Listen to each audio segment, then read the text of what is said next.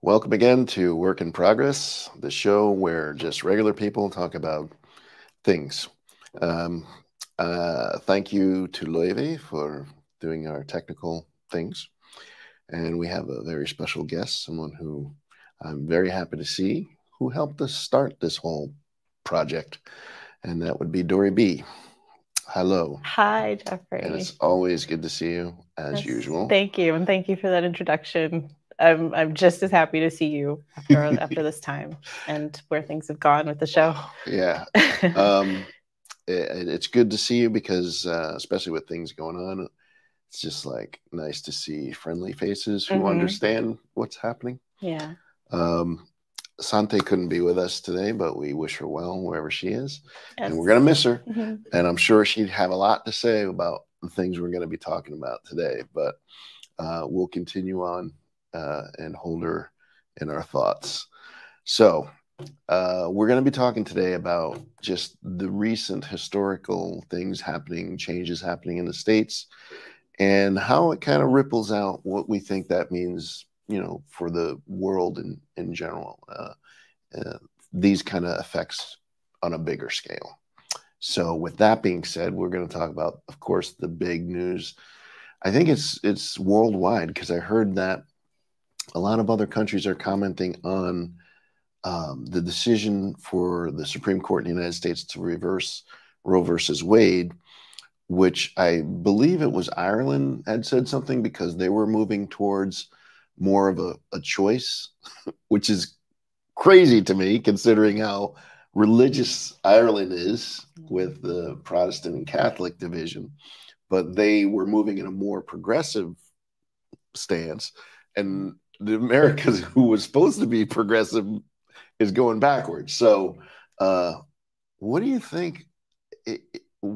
How do you think we got to this? I mean, because most people I talk to, Roe versus Wade was never controversial. It was settled. Nobody I talked to, men or women, gave it much of a second thought. How do you think we got here? So the word that immediately pops into my head is polarity. Mm. And that's polarity in the meta sense, not just this issue, which should not be an issue, but just in terms of what politics does, and the trending that I think politics, politicians, oligarchs, people in charge, that whole thing, what they watch in human behavior. And without polarity, you have very little control and ability to manipulate. So yeah, I'm going right there apparently. Good morning. Good morning. So I feel as though it's not morning, is it? It's morning somewhere. But it's morning in my mind. But I feel like without these kinds of deeply traumatic upsets in our ways of life, it's really difficult to do the things that that are being done, to control the population in those ways. So I feel like, obviously, we know statistically that most of America is not for this. We know that most countries are not, like, they're on a more forward trajectory from these types of restrictions. But there was a big pause after COVID. And while I think most of us were hopeful that it was going to change things, give us, like the 4-day work week, like look at all the productivity that happened during, this time without having to be at an office or do things in a way that was anti-human, suddenly I feel like we just are stepping completely away from that. Not we, but the systems are stepping completely away from this and going hard in the opposite direction. So I think that's what this is. That's and these are things that have been plotted out for a very long time. True. So it's unfortunately not surprising. Yeah. You know. Yeah. I think, yes, I like what you had expressed about Ireland, like the surprise there. But at the same time, it's like they were trending towards this, you know. And again, it's like it's the people, not the system, that was moving in this direction. That's true. That's a good distinction. Between the people and the systems that are in place. And I got to tell you, I've just been. There's a weird part of me, like I don't feel like I'm in the reality that I thought I was, because the things that I've been hearing coming out of people, educated people, politicians, educators, just different people that I kind of thought had their feet firmly rooted in reality, don't. Like when, for instance, having Trump get elected, despite everything that came out about him, despite everything we knew, and for him to have such ferocious support, part of it I understand, because it's actually a reaction against the system in a lot of ways, because it was all, well, he's not part of the government establishment. Yeah, he's not. He probably shouldn't be in it at all. Rogue. Yeah, But yeah, I think that's interesting. It's an interesting point. And I think about this a lot because I see how, especially now in the information age, information too, right? Because like in the age where you can see whatever you want on a screen 24 hours a day, that's more accurate. People are cherry picking so much more. And so, like, for instance, I know people that were, totally anti-vaccine, and and they're friends of mine, and I'm not, but I have, but it's like this is the world we're in. So, and then I'm sure they talk about me though. She's completely brainwashed, right? But so here we are. We're friends. We have very different views on something that is affecting our lives right now. And then they might post a meme or a thing, or have a talking point from a source that is also pro-Trump. Like, but I'm not pro-Trump. This is the thing. And like, yeah, because like all of these ideas don't fit together in one package. But this is kind of how I think we're being manipulated to feel. However, there's also the point that sometimes people are putting, and I love this expression, they're putting the wrong emphasis on the wrong syllable. It's like you kind of have it, but you don't quite have all of the information, and it's not necessarily practical the way you're going. So I think it's been very easy, especially in our bubble during the restrictions and all of that, to really dream up our own realities and not be centered in a true worldview, as opposed to like what feels right in the moment at your keyboard or whatever. These are very interesting. I was thinking of social media's effect. But I also, when I think of things, I think of like a lot of things at once. Like I'm always analyzing things. It's the way I'm built. There's always things like, why is this? Why is that? And I usually do a good job of figuring things out. It seems to me like, for instance, those who have achieved a ridiculous amount of wealth basically can create their own reality. And that's always been the case. Okay. Yeah. And people who didn't have that couldn't, but now they can through social media. Yeah. And that, I think, sums up a lot of what we have going on. Is people literally are creating their own realities. And the COVID restrictions that had us all in the house, separating us from not actually talking to people. Like, people will say the nastiest things to people online that you would never say in person. And so that also just creates that gulf in what is real, what is reality. Now, me, I'm somewhat of a religious man. I've studied many of the great religions, and I've delved very deeply into the Bible. I am more of a spiritual person than a religious person. But through my readings and understandings, it's really scary to me how accurate a lot of the prophecies in the end times of the Bible seem to be coming true. One being that people would become lovers of themselves. That's one of the things written. And I thought, gee, what does that mean? Oh, selfie. It's like people are literally, they'll go to the Grand Canyon and take selfies and fall off a cliff. I mean, it's like we get wrapped up in like our own realities. Now, the problem with that is I think people are overworked, so they don't have time to think, really. And I think that's also by design.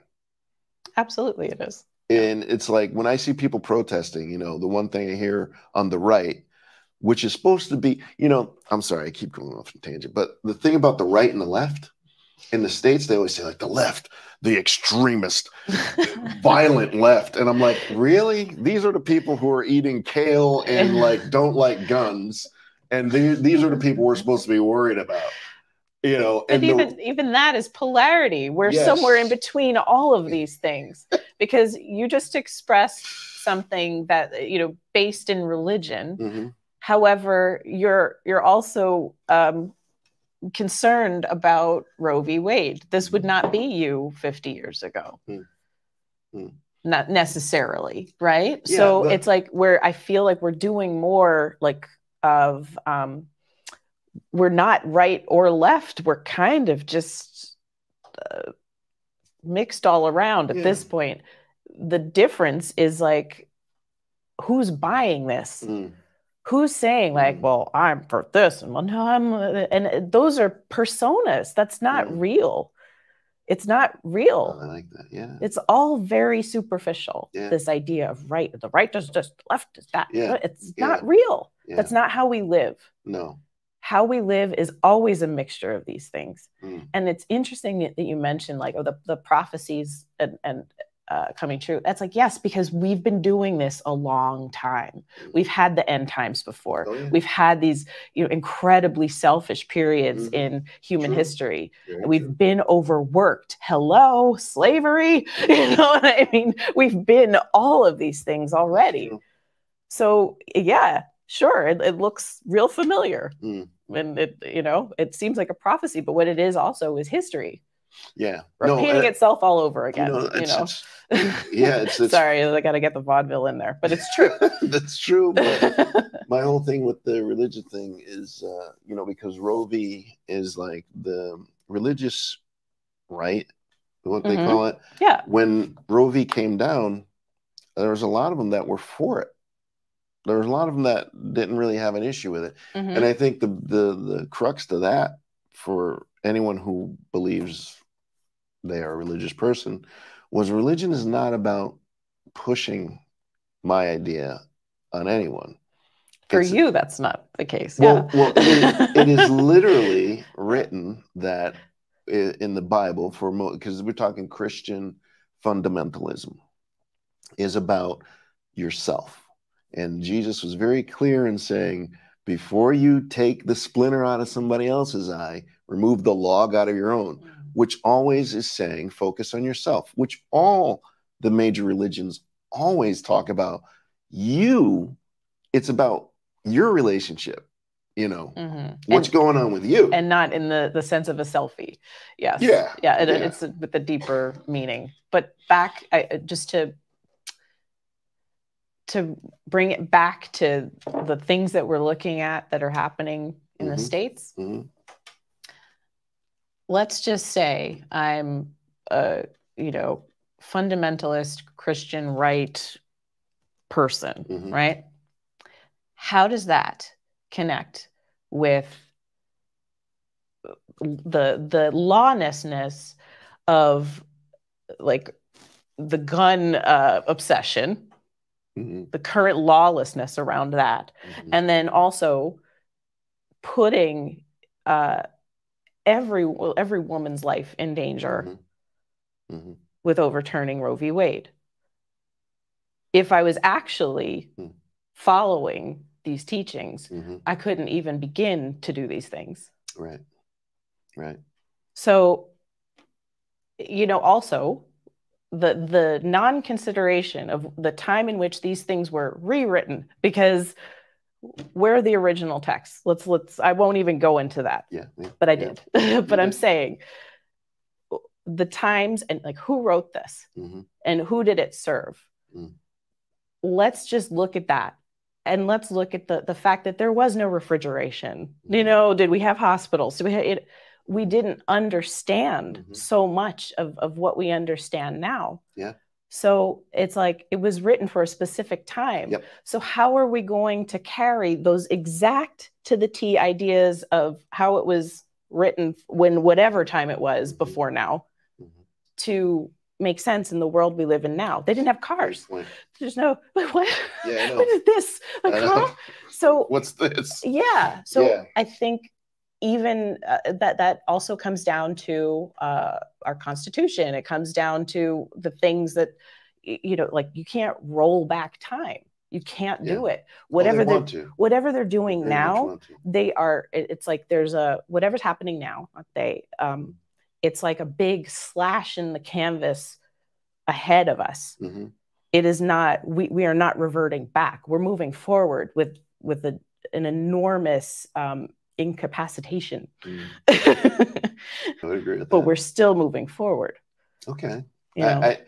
Yes, you're actually, that makes a lot of sense. I didn't look at it quite that way. But the decision that I guess it was Clarence Thomas, I'm a little confused, but with the majority that's leans towards the right on the Supreme Court, their decision was based that Roe v. wasn't specifically delineated or written into the Constitution.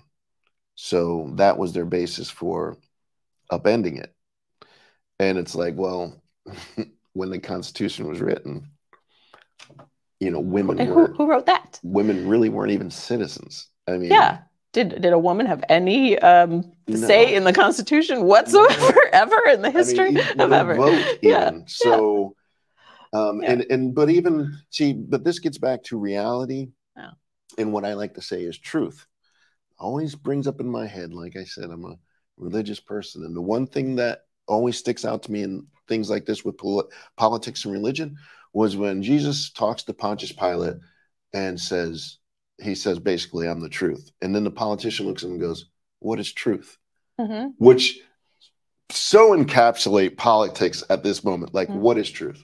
There is no truth when it comes to politics. It can be anything depending on which way the wind blows or where the people they think want to go. There is no truth because truth is not popular all the time. So that to me is a great stamp on the whole religion and politics. There is no truth in politics. But that being said, I forgot my train of thought.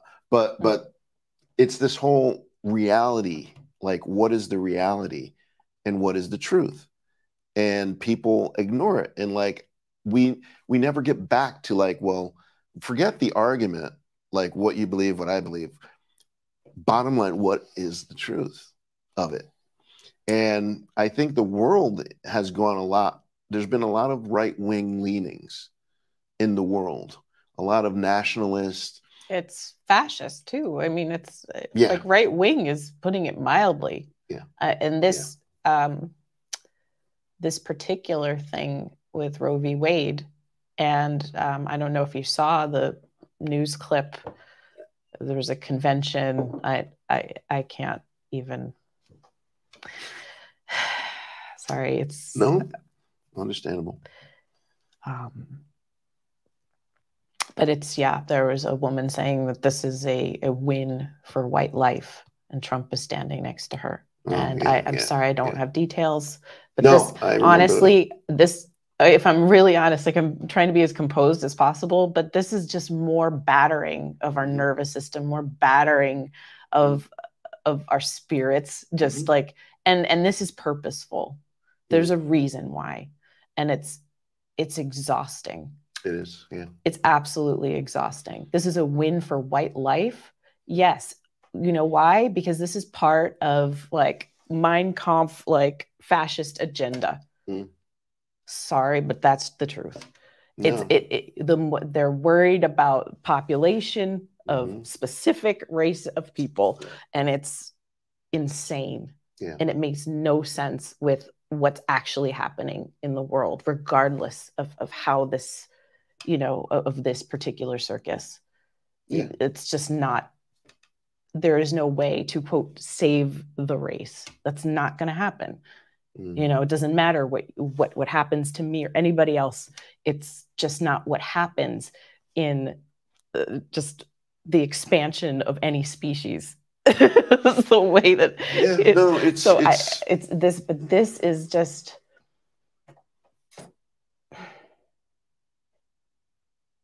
I've seen quite a few people, I think quite a few celebrities post recently about Iceland, about what the Icelandic women did, the strike in the 70s, and like, we need to do that. And this happens every time. Recently, every time there's a threat to women's rights and our reproductive rights, we should do that. And then we see the counter argument, well, Iceland is small and they can do that, but we can't, and there's too much division and da.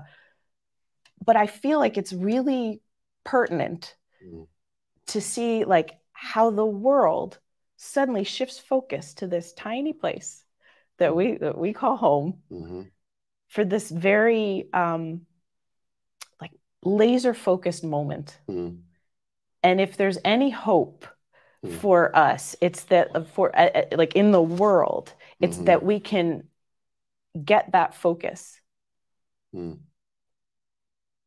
It's and it's astonishing, actually, because Sheila E. is posting, well, what about Iceland? And to those of you who know, but it's like, so here we like to see this and to have like this polarity again is fascinating. It's frightening. It's exhausting. Yeah. But the light is on. I think that's why we're even sitting here. Yeah. Because here, yes, we meet again under these circumstances where it's like, what? Yeah. What? Before these like before like the COVID and all these like major disruptions and whatnot, I remember the last big thing made me feel good and at peace was like, I remember when Barack Obama was elected president. And I remember feeling like, wow, people are just seeing people for people.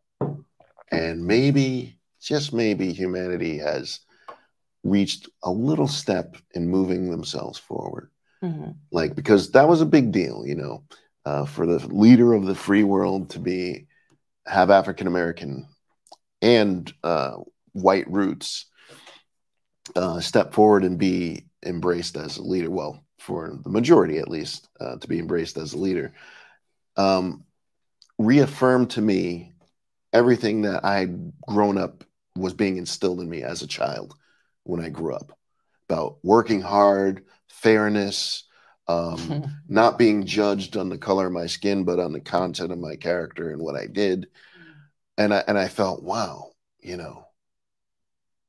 these are all the things I believed. When I went into the military, and I swore an oath to defend the Constitution of the United States. And I did it with people that were from all over the different parts of the country, from rich to poor backgrounds. And,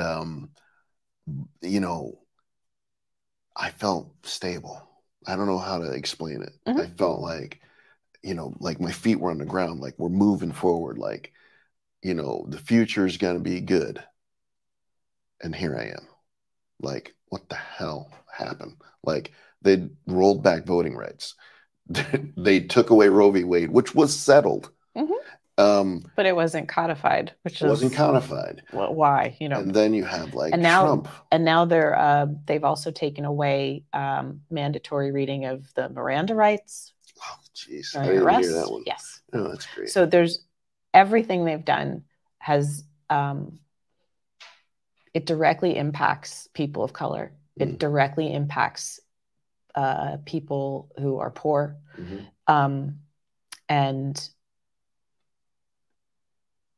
it's astonishing and but it's also not, and it's been in motion for decades. This was a long-term plan.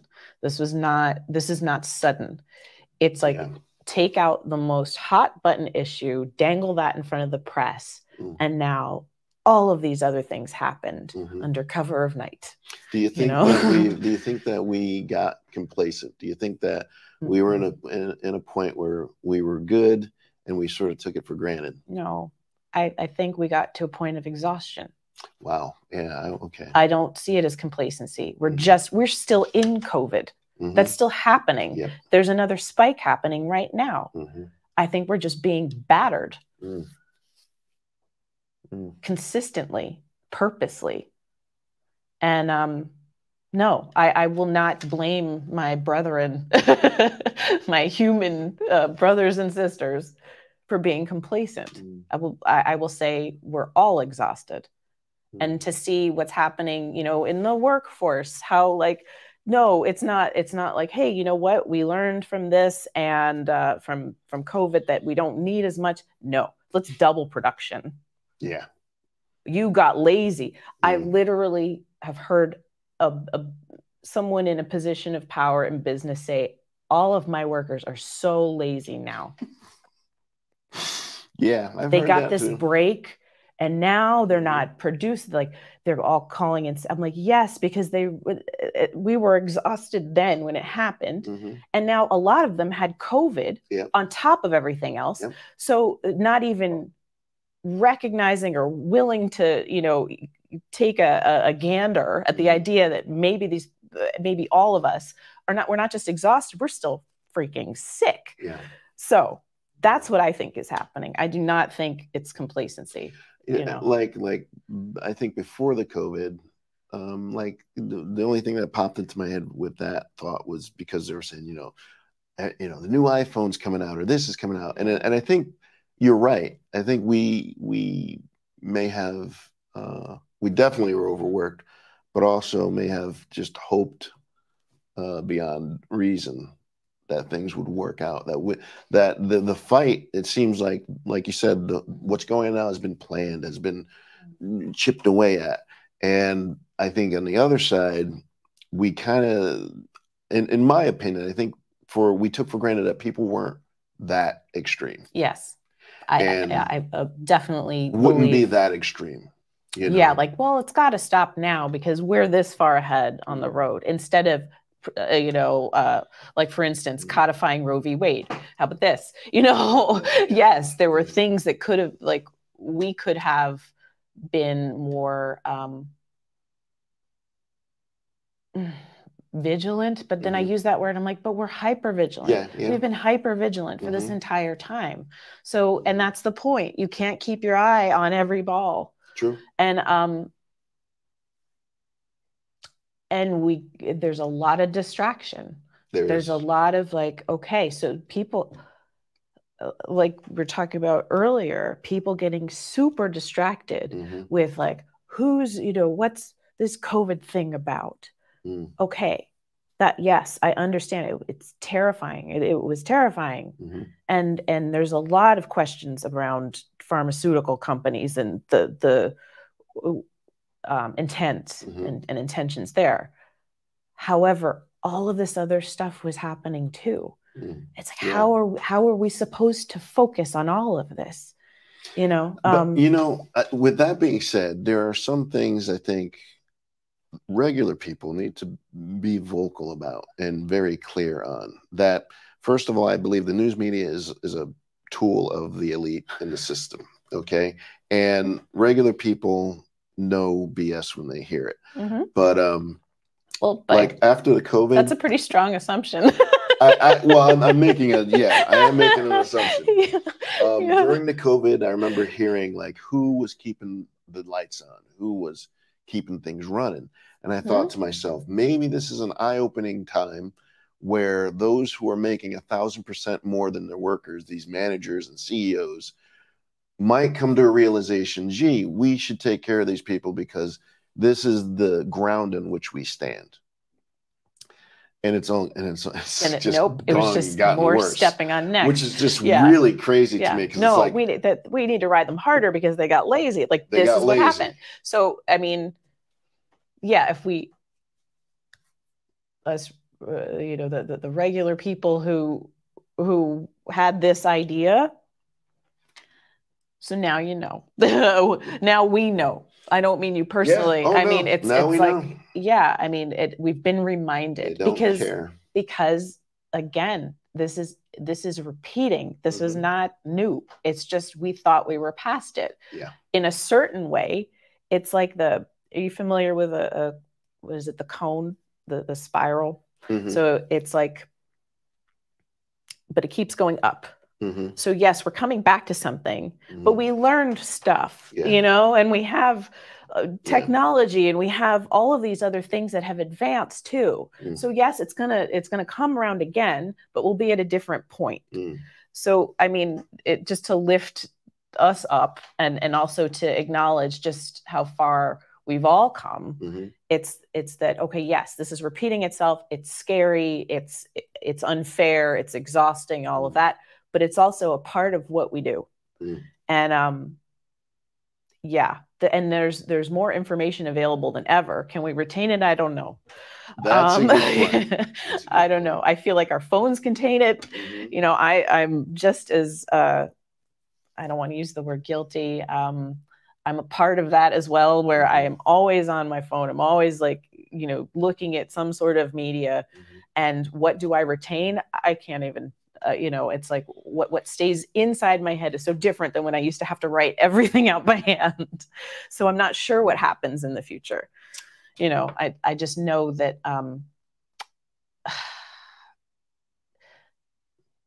I know that we're not, like I said before, we're not necessarily moving backward. We're just moving forward with some baggage, scary stuff. Yeah. When it comes to Iceland in particular, I was honestly surprised that the attitudes of those who are in charge hasn't really changed much, to see that the ground in which Iceland stands is on the foreigners that have come. Right. Iceland has shifted into a tourist economy. There's 300,000 people, of which maybe 150 are working. So you have to fill that with workers. I mean, I went to Westman Island. I went to a restaurant. I started speaking in Icelandic, and the person goes, "I speak Icelandic. Where are you from?" "I'm from Spain." It's like, okay. So, and this economy runs on others from outside. And I think, in general, there are Icelanders who get it, who understand that need. But those who are in power, those who are in the unions, those who are in politics, are oblivious and really don't have a concern over the housing, the busing, how people get to and fro. But this is what sustains this country at this point. There's a lot of money coming in, but I really don't see where it's having that much effect on bettering the lives of Icelanders, period. All Icelanders. Yeah, all Icelanders. I mean, the buses should be free and like the best in the world, considering I'm thinking of the numbers we're dealing with here. We're dealing with a country of 300,000 people, which is the town in which I grew up in, with an economy bigger actually than the town in which I grew up in. And I would take the bus in my town, no problem, because it's how people get to and from work. Like I can't live in Reykjavik. You have to make a certain amount of money. So what does that mean? Well, that means my employees have to travel. Well, how are they going to travel? They have to buy a car. Well, how much is a car? How much is a payment for a car? How much is gas? All these things. How much is parking? Because there's no parking in Iceland. Not anymore, no. Right? So these things. I just got a huge parking ticket. And then I've been in meetings and management meetings, and it's like, well, they're always asking for raises and whatnot. It's like, why do you think they're asking for raises? I mean, it is asking for no apparent reason. Like they don't connect reason. Like, what's the reason for it? And if you start picking out, oh, I understand, I can work with that. But it's like oblivious. It's like there's no because now it becomes like a problem. You know what I mean? Mm-hmm. Again, back to reality and truth and facts. If you just deal with those things, a lot of these things become solvable or, not problems. Mm-hmm. I think Iceland, for the future going forward, has to figure out what it is, what it's going to be, and then make plans according to that. Moving forward according to that, like what housing is like the average apartment is 50 million Icelandic kroner starting, and it's about the size of something, a closet in most. About 40 square meters. Yeah. So is this a life? Is this a way to live? This is life since capitalist commerce.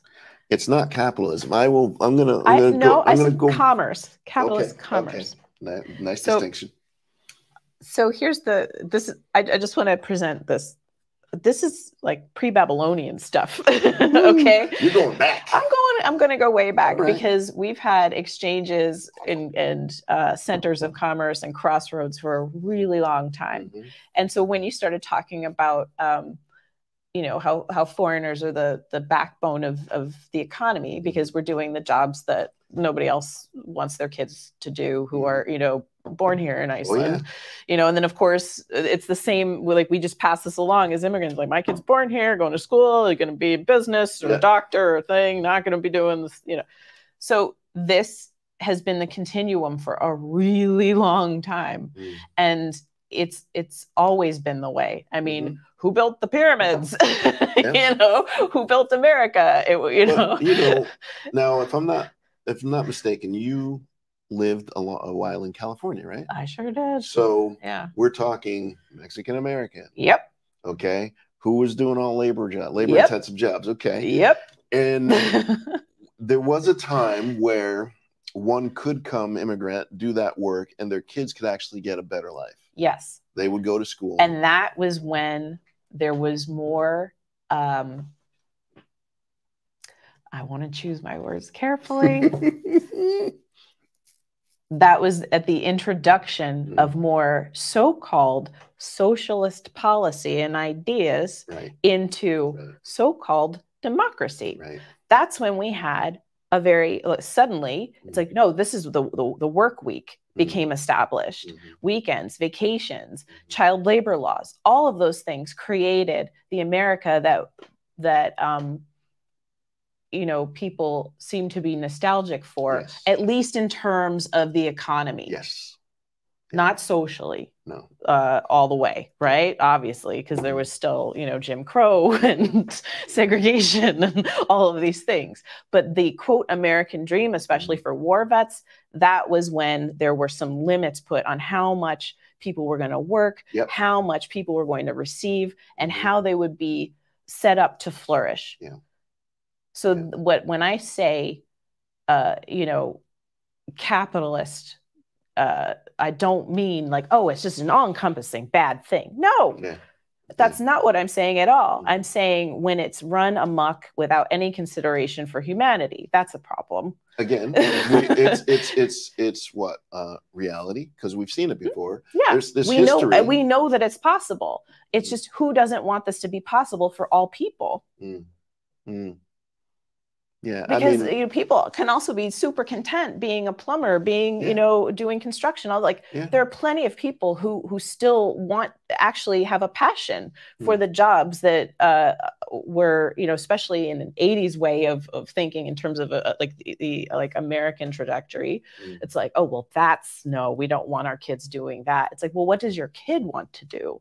And how can they do that and still have a life? That's it. Because that's really the problem, is that you can't live on certain salaries. Let's say, you enjoy being a waiter or a waitress, that's what I'm doing now. Yeah. And it's like, buying a home. Yeah. I just got a 10,000 krona parking ticket. Do you know how that cuts into my budget? So it's like, it's like, how do we establish a world that is sustainable and livable for all of us, when it's like we know it's possible.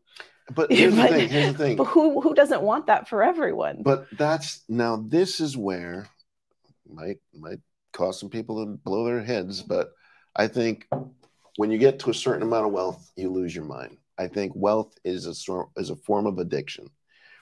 It's like anything else. When you have companies that are continually reporting record profits. Now, I'm not a genius, but I went to school and I think I have a mind that works. What I learned about the economy is that there's upward growth, there's a plateau, and then there's a down. And it seems to me businesses today have lost their minds where they can think that it's going to continue to go like this. And in order for it to go like this, eventually everybody's going to have to become slaves and work for free, because that's the only way it's going to go like this, because people are its most expensive resource at that point. But they don't even treat people as a resource, like taking care of your resources. But so I think there's a certain level of real insanity going on. I mean, when you have 3 of the richest men in the world building their own rockets to go to space, no one considers that, hey, there was a time that people might have thought that's insane. like you have that much money at your disposal to build your own rocket. Meanwhile, everything else is falling apart. The roads are falling apart. Yeah. Social systems are collapsing. Hospitals are in dire need. Teachers don't get paid crap. And I wonder the road conditions when Versailles was built, you know? I wonder the plumbing conditions for most people when Buckingham Palace was built. I mean, this is not new. It's not new, but I think it's gone to a different level, though. It's gone to an extreme. When in the 60s, the tax rate for the wealthiest among us was 90%, and they still were rich. I mean, and everybody was doing well. Everybody was doing better. That is, yes. Again, it's like, because look at the timing of that. After World War II. Yeah. When everybody else was digging out of the dirt. Yes. Look at the timing of that. I feel like there was this spark. It happened for such a short period of time, but we've seen it. You know. But see, that's the whole point. It's like, my thing about reality and truth is, it's not like it's so long ago that we forgot, like, oh, this is ancient history. It's like, no, you can just literally look back and see what worked and what didn't. And when we had the Great Depression, I remember reading about that in school, and it's the exact same conditions. Speculation within the stock market was what basically caused that crash. There was a lot of deregulation of businesses at that point. And we have now, they're deregulating again. It's like, we put the Republican Party in the United States put the EPA in place because of so many ecological disasters in the United States. It was like necessary. Now, these are Republicans who are conservative. They're the one, under Nixon was the one who set up the EPA. Now they're like, the Supreme Court says, well, no, you can't tell businesses what to do. So who's running the country? Who's looking out for who? It's obviously not the people, because if businesses are allowed to like pollute and we shouldn't deregulate them and all this stuff, who does it affect? It affects the people near those businesses who are usually poor, where the pollution takes place. This kind of all omniscient, you can't talk bad about businesses. That sort of mentality, I do see here in Iceland. I do see that sort of Americanization in business in Iceland. Now, what's strange is the people who I know who live in the States and look at my work and like my ability to take vacations, my ability to see a doctor without going broke. Like, I don't think, can I afford to see this and pay for this visit, regardless of will I even be able to afford the medication if he says I need medication? Like, they see that and they're like, oh, that must be nice. You know? Yeah. So to circle back to even what I was talking about, it's like, I have more of a chance of being able to do those things, like buy a home, even with what my salary is, and to just have a certain quality of life here than a lot of other places. So, and that to me is astonishing given how difficult it actually is anyway. Yeah. So I think, yes, we're in a very unique position here.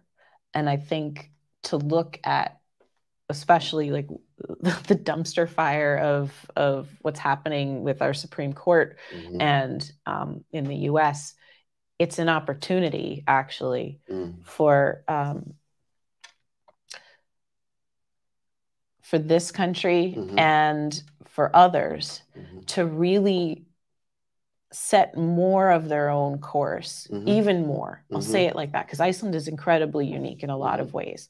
And like, as we were discussing early, what makes it so interestingly, and maybe to use the word, but not in a negative way, but like deceptively American-ish, is that there was such a presence and still such a big presence of American life here since, I guess, that was also since World War II when the military was here. Right. So, yes, instead of looking constantly over there, it's like, okay, how are things working here? And how can we have a more inclusive and diverse society here? Because that's happening anyway. Yeah. Oh, yeah. It's happening anyway. And how do we uphold our kids? You know, we have Icelandic children. Yeah. They're out there. And how do we uphold them and their peers to move forward so that they're not dreaming of taking a rocket off of this planet because it's been trashed, and God, I wish I could have enough money to live on planet Z because this one is done for. Yeah. No. And Iceland is in a really unique position to answer that question. I totally agree. Iceland being a young country, I always, in my mind, always said, like thinking if I were a leader in Iceland, you could look at all the mistakes of all these countries around you and say, we can avoid these pitfalls. We can avoid this. I just don't know if it's seen, if it's actually seen, because I don't hear a lot of the proposals in the limited amount of news that I do take in and read, where there's a conscious understanding of what you just described. There is a cultural dynamic going on in Iceland. There's been continual change for a long time within this country, and to be ahead of that instead of that fixing after the fact, or okay, the stuff has hit the fan, all right, now we clean it up. But can you see the person holding the crap ready to throw it? Let's deal with that guy first before it hits the fan. And I love me some teteretas. Okay, like I think that's one of the odd perks of living in this country. But I also understand, because initially that drove me nuts. How will it all work out? What are you talking about? There's no schedule. There's no plan. There's no end game. Like, what's going on? Yeah. But yes, I think, I think almost like Mary Poppins, like a spoonful of sugar, like a spoonful of teteretas with more of the observation and more of like internalizing what's happening in the world in a way that's meaningful to creating a new one. So yes, I see where you are with this. It's the thing with Iceland that I've asked Icelanders. I'm, since moving here, I'm so aware of my upbringing and what it meant. I was unique in that, like, in a lot of ways, I just bought into that whole American dream. And it wasn't until I got to be my 30s and started studying and reading and going to college and learning deeper, like George Carlin said, it's a dream because you have to be asleep to believe it. And then the thing about criticizing or commenting on how to make things better became contentious in recent years. Like, you're not a patriot. You know, you're always complaining. And I hear the same thing, same complaints here.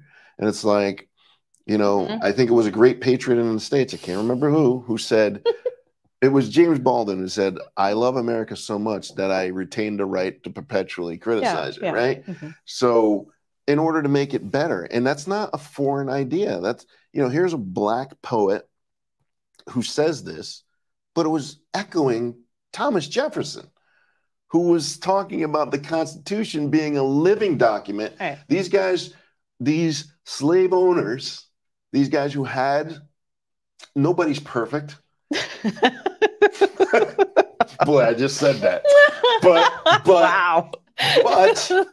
But just think, but the documents and what they came up with, there's good there. It's a framework. It's a framework. So, there's good there. And he said it's a living document. In other words, he understood back then. It's a framework that's loaded with cognitive dissonance. It has, oh wow. Which is the way, that's the world we live in. So you were talking, just to go back to your point about the Bible. I can't believe I just said that. I'm sorry. Oh yeah, no. But I'm talking about the documents. You know what I'm saying? Yes. So here we are. Let's talk about some more documents. Let's talk about the Bible. Yes. Let's talk about the fact, just to bring it back. Who wrote it? How did they write it? There was so much code. There was so much code pre-Bible, like the way, like pre-biblical texts, the way they're found. It's like, why does this sound like a game of charades? Because they could not dissent. This is history repeating itself. You could not be caught dissenting. Those texts and stuff would never have survived. So many of them got burned anyway. Yeah. Who burned them? Yeah. You know, this is just repetitive. It's happening again and again and again.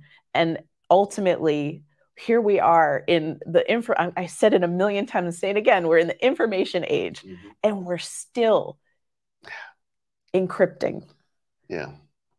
But you know, and out of necessity. And why? And who are we, you know, who's watching and all of that stuff. It's all there. We've seen it over and over again. That's why things are written with, you know, such flowery words and replacing names and all of this.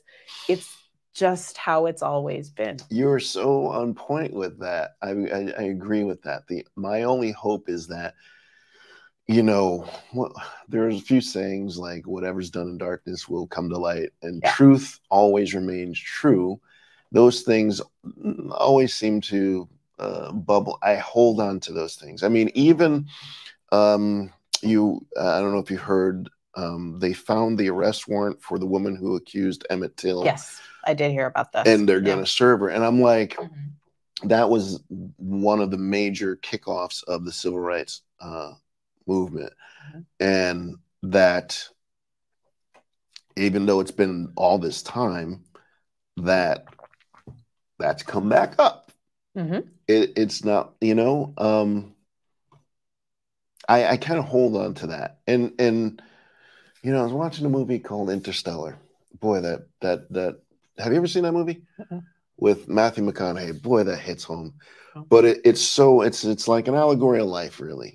And he says a line that haunts me. He says, "We are the ghost of our children's future," which is like, wow, that's deep. It's heavy. But it's like, what do we give them? You know, what are the lessons we impart to them? For me and my kids understand that I grew up totally different time, totally different place. And my reality growing up was different than theirs now. And I try to impress upon them the importance of being present, of understanding what's happening around you. When I grew up, I feel bad in a way because my kids are more politically active. They have to be. They're more engaged. They have more information thrown at them than I ever did.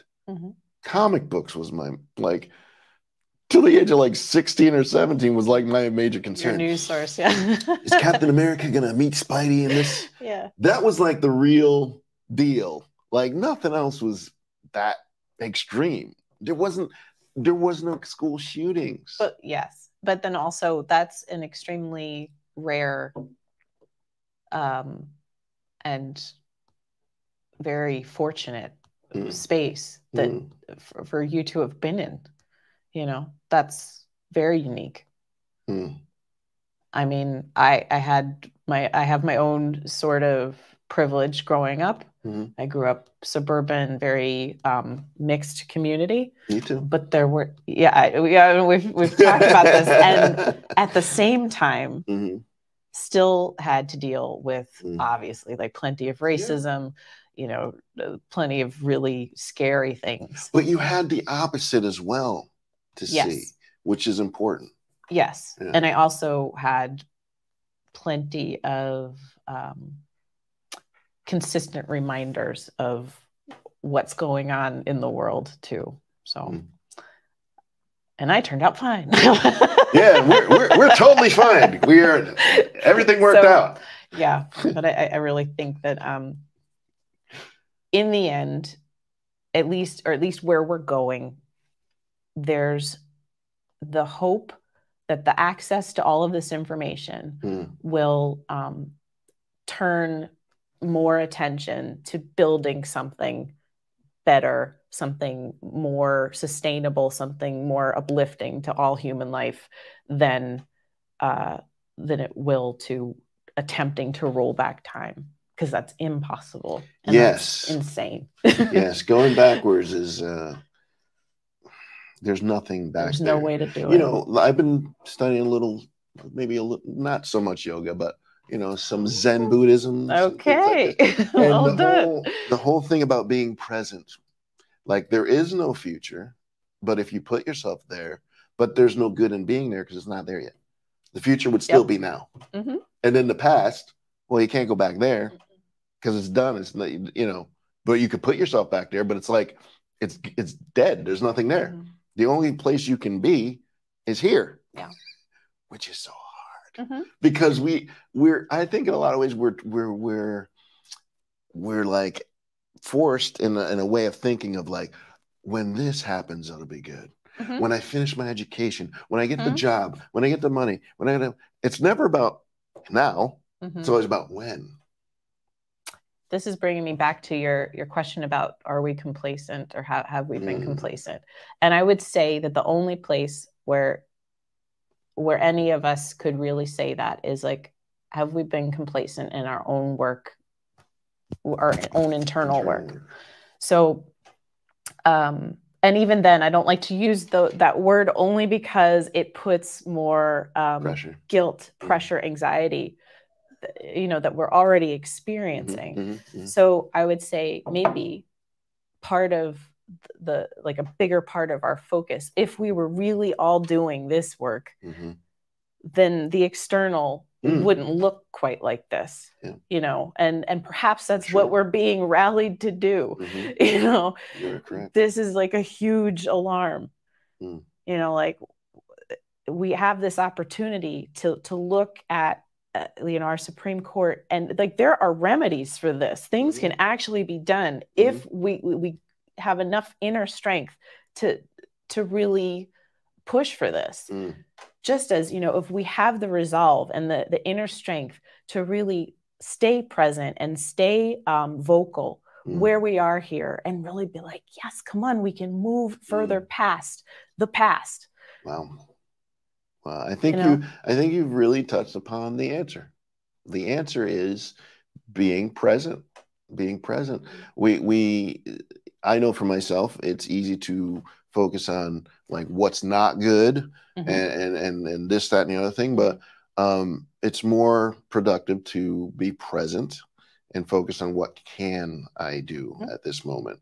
And I think in a bigger sense, as Iceland is, like a lot of people talk about how Iceland was before or where it's going, but the reality is what's happening now. Like what's going on now that we can work towards improving now, and having the strength to hold that focus, I think, is a solution to a lot of things. But even more important than that, what you said was our own personal work is because it all starts with us. You know, they always say like one person can make a difference. And I think I've seen at least a lot